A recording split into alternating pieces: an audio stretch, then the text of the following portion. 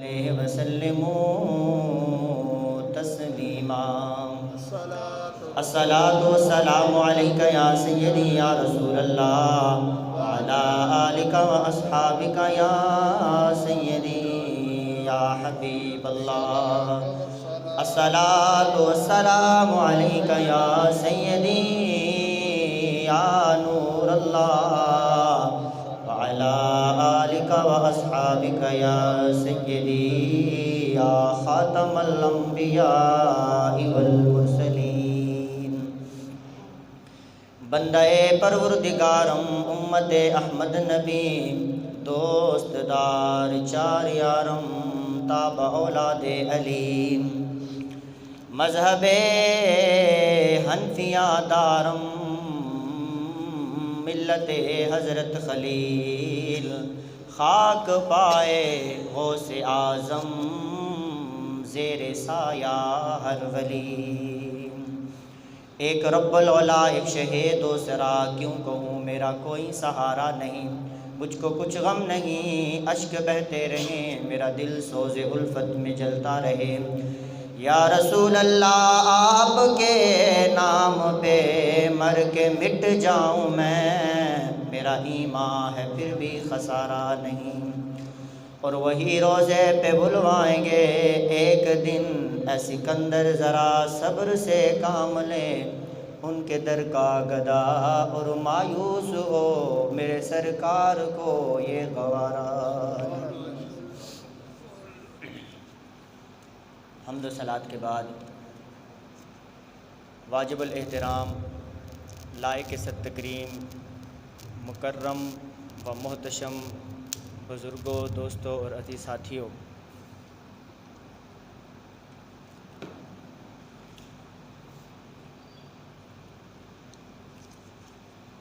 اللہ رب العزت نے قرآن مجید اور فرقان حمید میں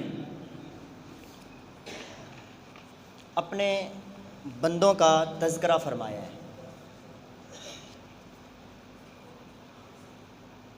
اور پھر کچھ تو اللہ نے اپنے بندوں کا تذکرہ کچھ اس انداز سے فرمایا ہے کہ حد کر دی ہے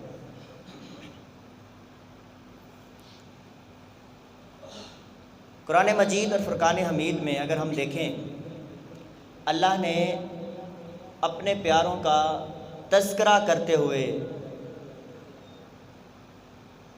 بڑے خوبصورت انداز میں بڑے ہی خوبصورت طریقے سے ان کی سیرت کے بھی تذکرے کیے ہیں اور ان کی صورت کے بھی تذکرے کیے ہیں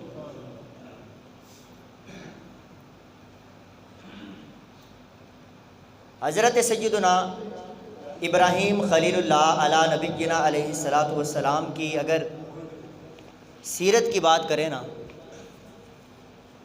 سیرت کے تذکرے کی اگر بات کریں اللہ تبارک و تعالیٰ نے قرآن مجید اور فرقان حمید میں 69 مرتبہ حضرت ابراہیم کا ذکر فرمایا ہے 69 مرتبہ اس کا ذکر فرمایا حضرت ابراہیم کا اور پھر اتنا ہی نہیں ابراہیم خلیل اللہ علی نبینا علیہ الصلاۃ والسلام اللہ کو اتنے پیارے ہیں کہ ان کے نام کی ایک سورت قرآن مجید اور فرقان حمید میں درج کر دی ہے سورہ ابراہیم پوری سورت ہے حضرت سیدنا ابراہیم خلیل اللہ نام رکھا ہے سورہ ابراہیم کا 14ویں نمبر کی وہ سورت ہے سورہ ابراہیم یہ بھی ایک انداز ہے محبت کا کہ میرے یار کا تذکرہ قیامت تک رہے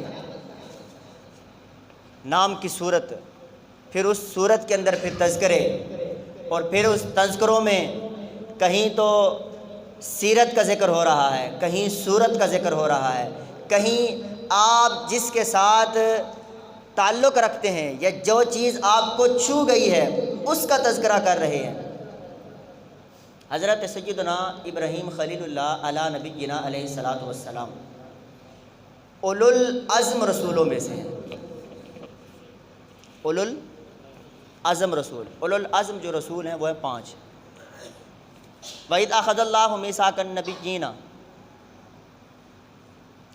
ان میں اولو العزم رسولوں کا تذکرہ ہے بڑے بڑے جو 1,24,000 کم و بیش جو نبی ہیں، ان نبیوں میں پھر 313 رسول، پھر ان 313 رسولوں میں 5 اولو العزم رسول ہیں۔ ان 5 اولو العزم رسولوں میں جو تذکرہ آتا ہے وہ حضرت ابراہیم خلیل اللہ کا آتا ہے۔ اچھا، پھر جد الانبیاء کو بھی لگا ملا آپ کو۔ حضرت ابراہیم جد الانبیاء ہیں، انبیاء کے باپ ہیں۔ 7 نبیوں کے علاوہ باقی سب نبیوں کے آپ باپ ہیں۔ یہ اعزاز ملا ہے۔ انی جاعلک للناس اماما، کہ یا اللہ نے فرمایا تھا کہ اے میرے پیارے ابراہیم، تو نے مجھے راضی کرنے میں حد کر دی ہے، کوئی پہلو نہیں چھوڑا کہ تجھے آزمایا گیا ہو، فَأَتَمَّهُنَّ، اس آزمائش میں تم پورے نہ اترے ہوئے ہو، ہر آزمائش میں تم پورے اترے ہو۔ تو اس پورے اترنے پر اے ابراہیم، اے میرے یار، اے میرے خلیل، میں تجھے انی جاعلک للناس اماما، میں تجھے لوگوں کا امام بنانے والا ہوں۔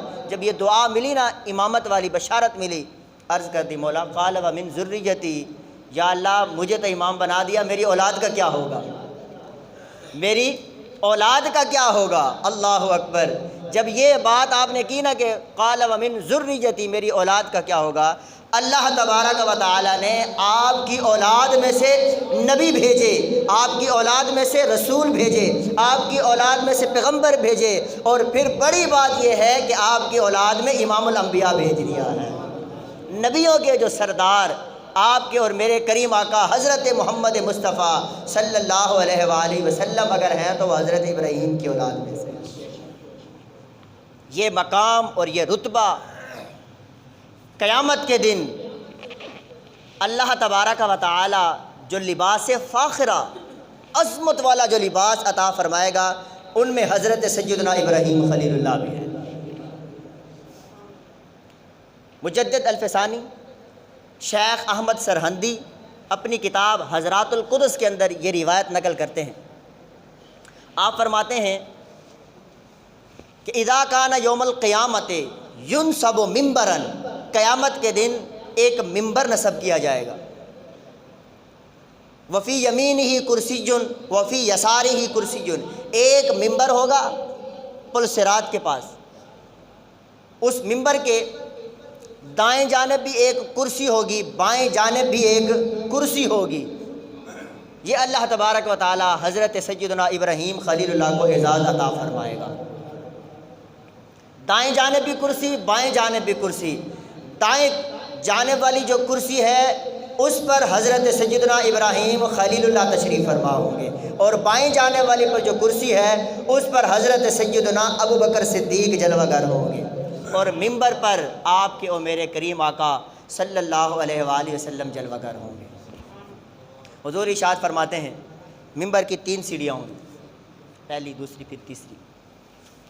حضور ارشاد فرماتے ہیں قیامت کے دن جب ممبر لگ جائے گا، کرسی پر حضرت ابراہیم بھی جلوہ گر ہوں گے، ابوبکر صدیق بھی جلوہ گر ہوں گے، ممبر پر حضور بھی تشریف فرما ہوں گے، تو ایک فرشتہ آئے گا، اور فرشتہ آ کر وہ یہ ندا اور صدا دے گا کہ اے محشر والو سن لو، جو مجھے جانتے ہیں وہ بیٹھے ہیں جاننے والے، تو محشر والے تم بھی سن لو، اللہ تبارک و تعالیٰ نے جنت کی تمام کنجیاں، خزانے جو ہیں وہ مجھے دیے ہیں، اور وہ میں لے کر آیا ہوں۔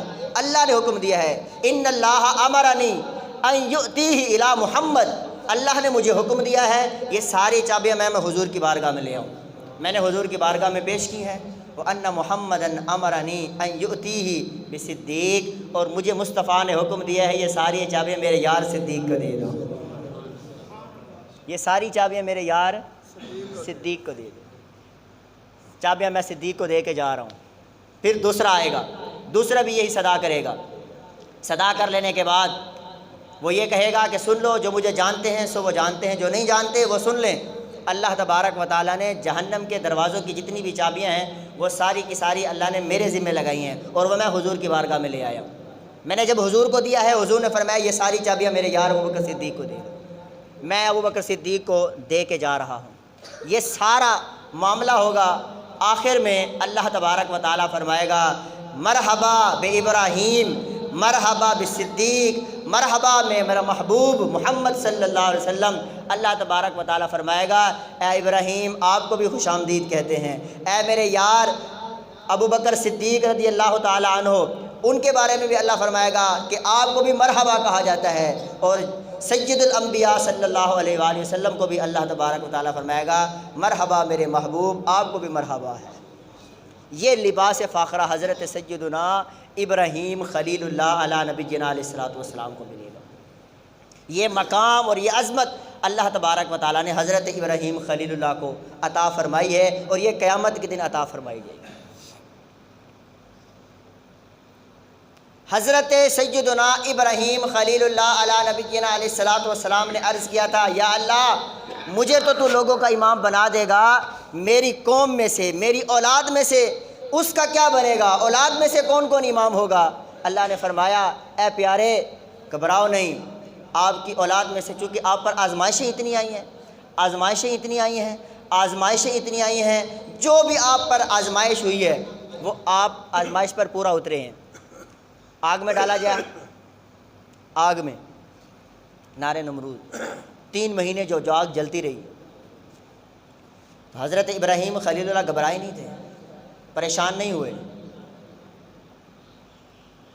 پریشانی ہوتی ہے، ظاہر سی بات ہے، آگ میں ڈالا جا رہا ہے، لیکن فرشتے آئے نا تو انہوں نے کہا کہ اے ابراہیم ہمیں بتائیں نا، ہم پورا کے پورا دریا اٹھا کے ادھر آگ میں ڈال دیں، بجھ جائے گی آگ، حکم تو کریں آپ۔ حضرت ابراہیم نے کہا کہ یار کی جب مرضی اسی میں ہے، یار کی جب مرضی اسی میں ہے کہ آگ میں جاؤں تو پھر تم کیوں روکنے آئے ہو؟ یار جو فیصلہ فرمائے گا ہم حاضر ہیں، اب تک جو فیصلہ ہوتا رہا ہے ہم حاضر ہیں، اب آگ میں بھی اگر چلے گئے تو ہم حاضر ہیں۔ تو پھر آپ نے دیکھا آگ جو ہے وہ ٹھنڈی ہو گئی۔ آج بھی ہو اگر ابراہیم سا ایمان پیدا، آج بھی ہو اگر ابراہیم جیسا ایمان پیدا، آگ کر سکتی ہے انداز گلستان پیدا۔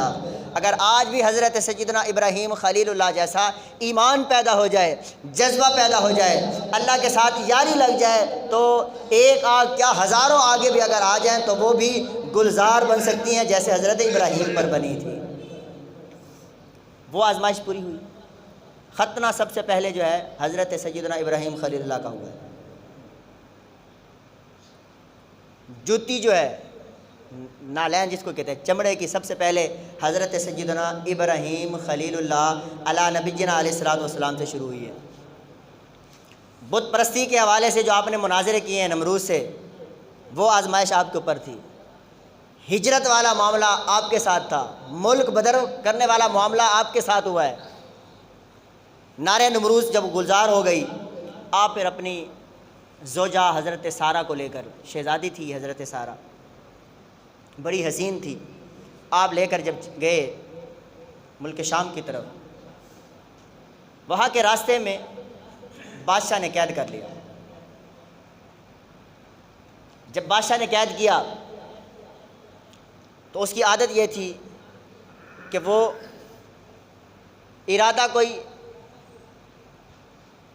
مذموم ہی رکھتا تھا، کوئی ارادہ اس کا سالم یا صحیح نہیں تھا، وہ اس طرح کے معاملات کرتا۔ کوئی اگر میاں بیوی دیکھتا تو شوہر کو وہ قتل کر دیتا اور بیوی کو اپنے پاس وہ رکھ دیتا۔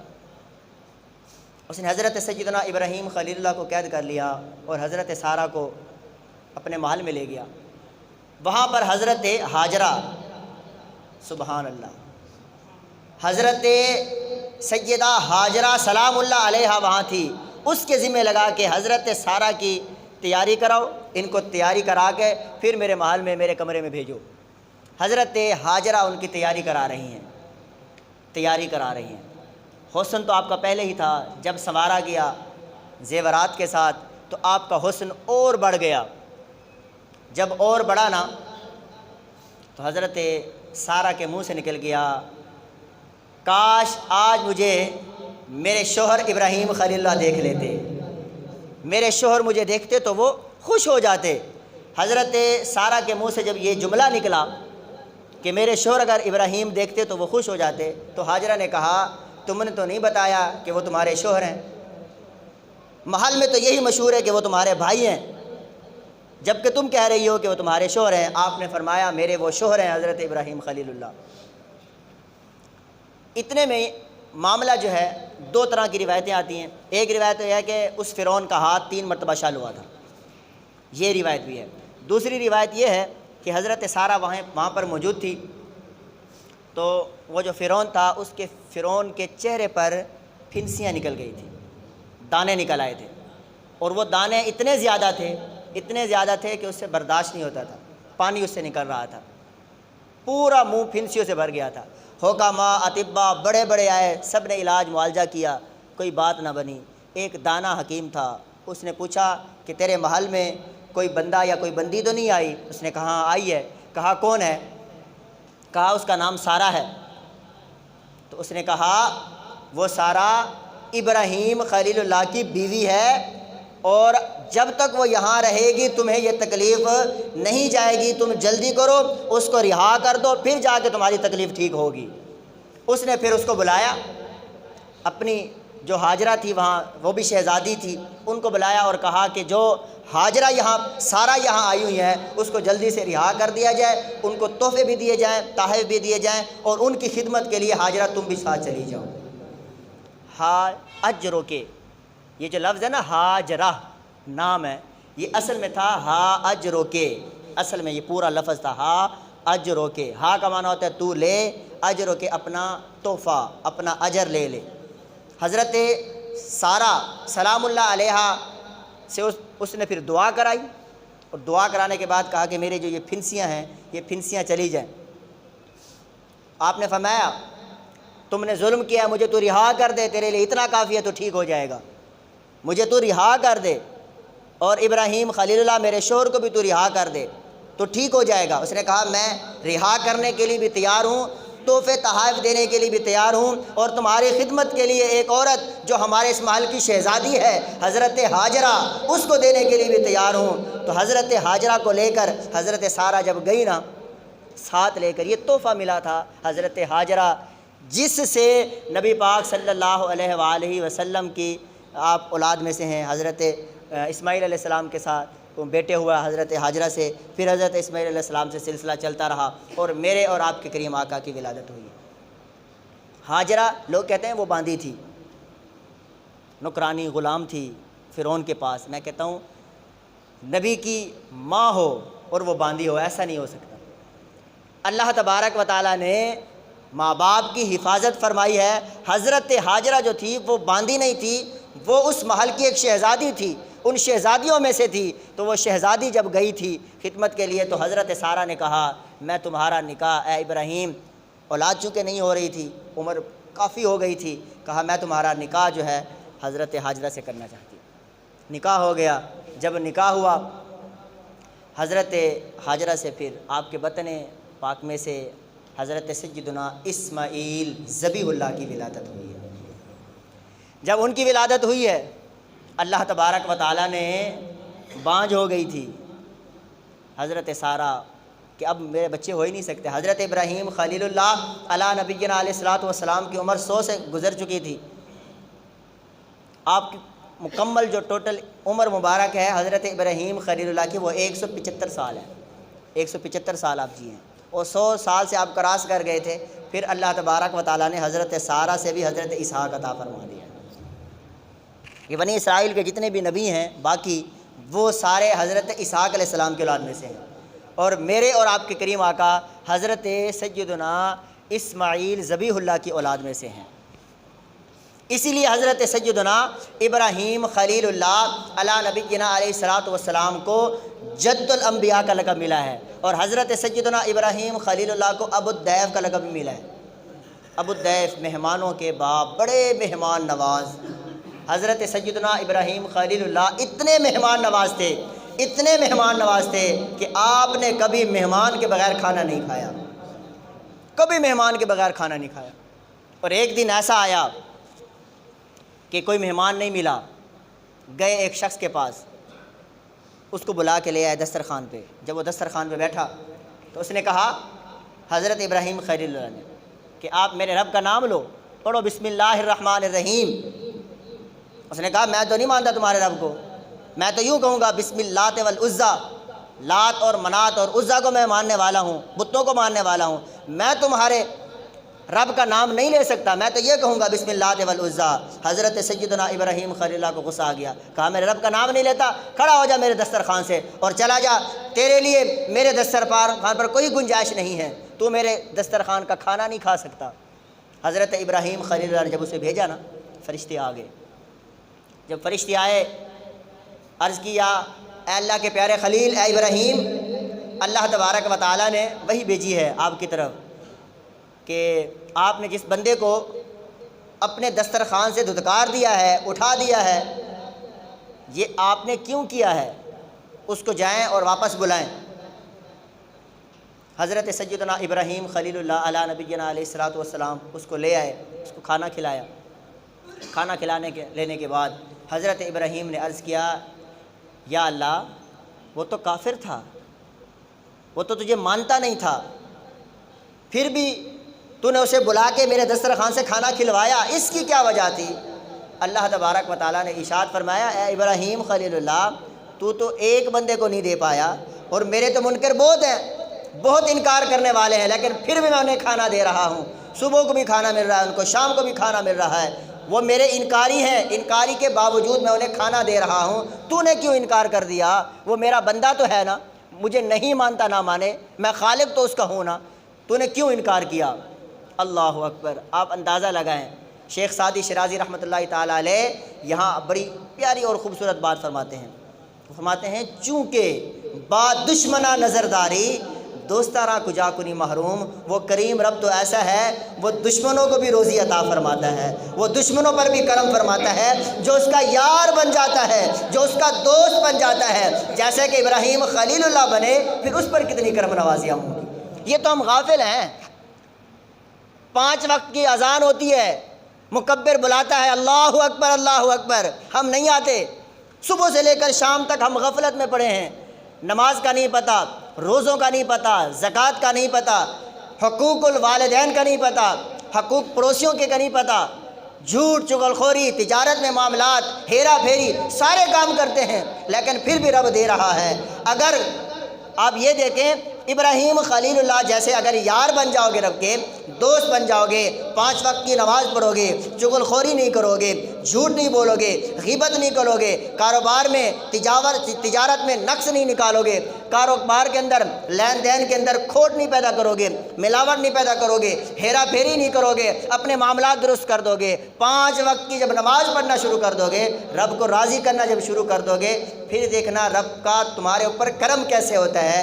جیسے ابراہیم علیہ السلام پر کرم ہوا تھا، آگ بھی گلزار ہو گئی تھی اور فرعون سے بھی چھٹکارا مل گیا تھا، جہاں جہاں جاتے رہے ہیں اللہ تبارک و تعالیٰ نے ان کی مدد فرمائی ہے۔ اگر ہم بھی ابراہیم جیسا ایمان پیدا کر لیں، ابراہیم جیسی دوستی پیدا کر لیں، اللہ تبارک و تعالیٰ ہمارے اوپر بھی کرم فرما دے گا۔ حضرت سیدنا ابراہیم خلیل اللہ علیہ نبینا علیہ الصلوۃ والسلام نے توحید کا اعلان کرنے کے لیے اپنی جان کی بھی بازی لگائی، اپنے مال کی بھی آپ نے بازی لگائی، اپنی اولاد کی بھی انہوں نے بازی لگائی کہ اللہ کا نام بلند ہو جائے۔ توحید کی خاطر اپنا سب کچھ آپ نے قربان کیا۔ حضرت سیدنا ابراہیم نے سب کچھ قربان کیا توحید کی خاطر، اپنے رب کی خاطر، یار کو منانے کی خاطر۔ جان کی باری آئی، آگ میں کود گئے، اولاد کی باری آئی ذبح کرنے کی، ذبح کر دیا اولاد، مال کی باری آئی تو حضرت سیدنا ابراہیم خلیل اللہ ایک دن میں 500 بکرے اور 100 گائیں جو ہیں وہ ذبح کر کے اللہ کے نام کی خیرات کر دیا کرتے تھے۔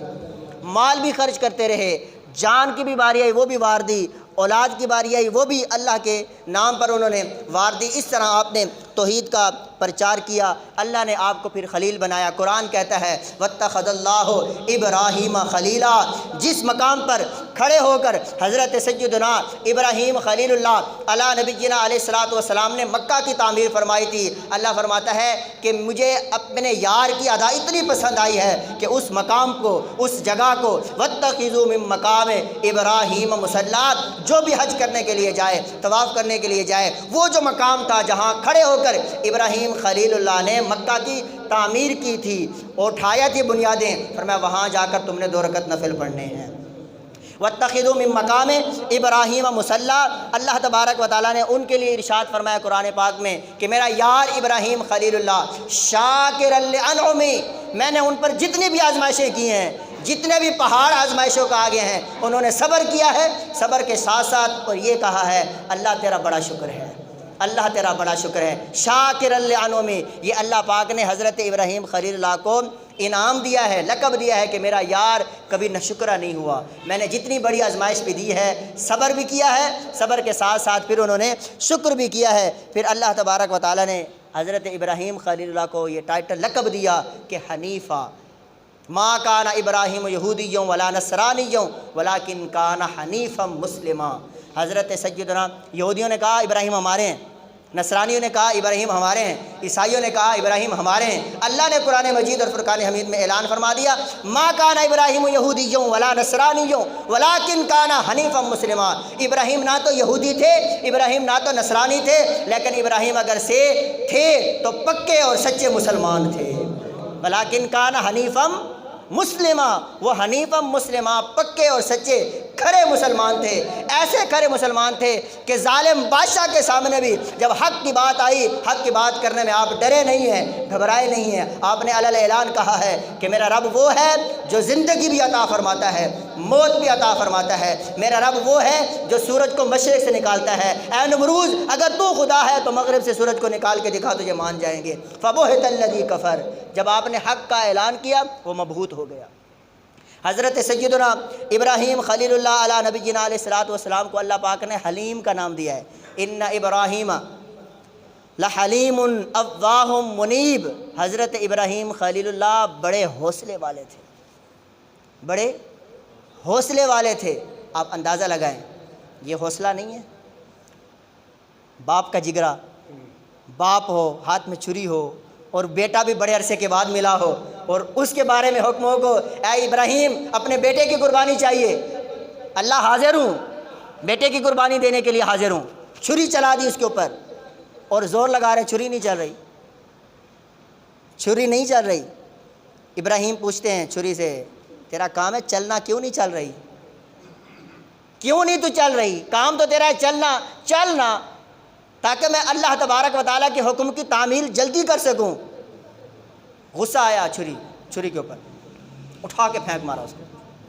جب اٹھا کے پھینک مارا نا پھر اٹھانے کے لیے گئے اس کو، جب تیز کر رہے ہیں نا، جب تیز کرتے ہیں نا جیسے چنگاری وغیرہ نکلتی ہے تو اس طرح اس آواز نکلی چھری سے۔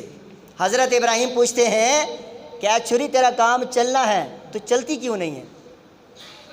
تو چھری نے کہا کہ اے اللہ کے پیارے خلیل، رب کے خلیل کا حکم تو یہ ہے کہ چل، اور رب کے خلیل کا حکم تو یہ ہے چل، اور رب جلیل کا حکم یہ ہے نہ چل۔ اب اے خلیل تو بتا خلیل کی مانوں یا رب جلیل کی مانوں؟ خلیل کی مانوں یا رب جلیل کی مانوں؟ تو بتا کیا کروں میں؟ حضرت ابراہیم خلیل اللہ نے کہا تیرا کام تو چلنا ہے تو چلتی کیوں نہیں ہے؟ تو چھری نے پھر کہا اے اللہ کے پیارے خلیل، میں مانتی ہوں کہ میرا کام چلنا ہے، لیکن مجھے اس کا بھی جواب دیجئے، آگ کا کام تو جلا دینا ہے، پھر آگ نے آپ کو جلایا کیوں نہیں تھا؟ آگ نے پھر آپ کو جلایا کیوں نہیں تھا؟ حضرت ابراہیم خلیل اللہ نے کہا تھا وہ تو میرے رب کا حکم تھا، رب جلیل کا حکم تھا، کل نام یا نار کونی بردوں و سلام علی ابراہیم، اے آگ میرے یار ابراہیم پر تو ٹھنڈی ہو کے زمانے والوں کو بتا دے جو یار ہوتے ہیں نا رب کے، ان پر آگ جو ہے وہ آگ ان کو جلا نہیں دیتی، ان پر آگ ٹھنڈی ہو جاتی ہے۔ تو چھری نے کہا کہ جس طرح وہاں رب کا حکم تھا آگ کو ٹھنڈا ہو جانے کا، یہاں میرا بھی حکم ہے کہ یہ اسماعیل بھی اللہ کا یار ہے، ابراہیم خلیل اللہ بھی اللہ کا یار ہے، اس نے قربانی کرنے میں کوئی کسر باقی نہیں رکھی۔ اے چھری تو نے اب چلنا نہیں ہے۔ اس وقت تک چھری نہیں چلی جب تک آپ کا بیٹا وہاں موجود تھا۔ جب آپ کے بیٹے کو اٹھا لیا گیا، حضرت جبریل نے اٹھایا، جب دمبا رکھا گیا پھر چھری چلی تھی، جب تک ابراہیم کہ بیٹے اسماعیل کی ذبیح اللہ کی گردن تھی چھری نہیں چلی، اور یہ کہتے رہی تھی رب جلیل کا حکم ہے میں نے نہیں چلنا، رب جلیل کا حکم ہے میں نے نہیں چلنا۔ تو یہ باپ کا جگر ہے۔ قرآن کہتا ہے، اللہ نے فرمایا ابراہیم کے لیے، ان ابراہیم لحلیم اواہ منیب، حضرت ابراہیم خلیل اللہ جیسا اگر کوئی حوصلے مند ہے، کوئی بردبار ہے تو دکھاؤ۔ ہم نے اپنے یار کو حوصلے والا بھی بنایا ہے، لأواہ منیب، اللہ کے لیے اللہ کے حضور جھک جھک کر آہو بکا کر کر کے رب کو منانے والا بھی بنا کر بھیجا ہے۔ اللہ رب العزت کی بارگاہ میں دعا ہے، اللہ پاک ہمیں حضرت سیدنا ابراہیم خلیل اللہ علی نبینا علیہ الصلوۃ والسلام کی سیرت پڑھنے کی، ان کی صورت سمجھنے کی توفیق نصیب فرمائے، اور جو جو سنت ابراہیمی کر رہے ہیں قربانی، اللہ پاک ہم سب کی قربانیوں کو قبول فرمائے۔ آمین و آخر دعوانا الحمدللہ۔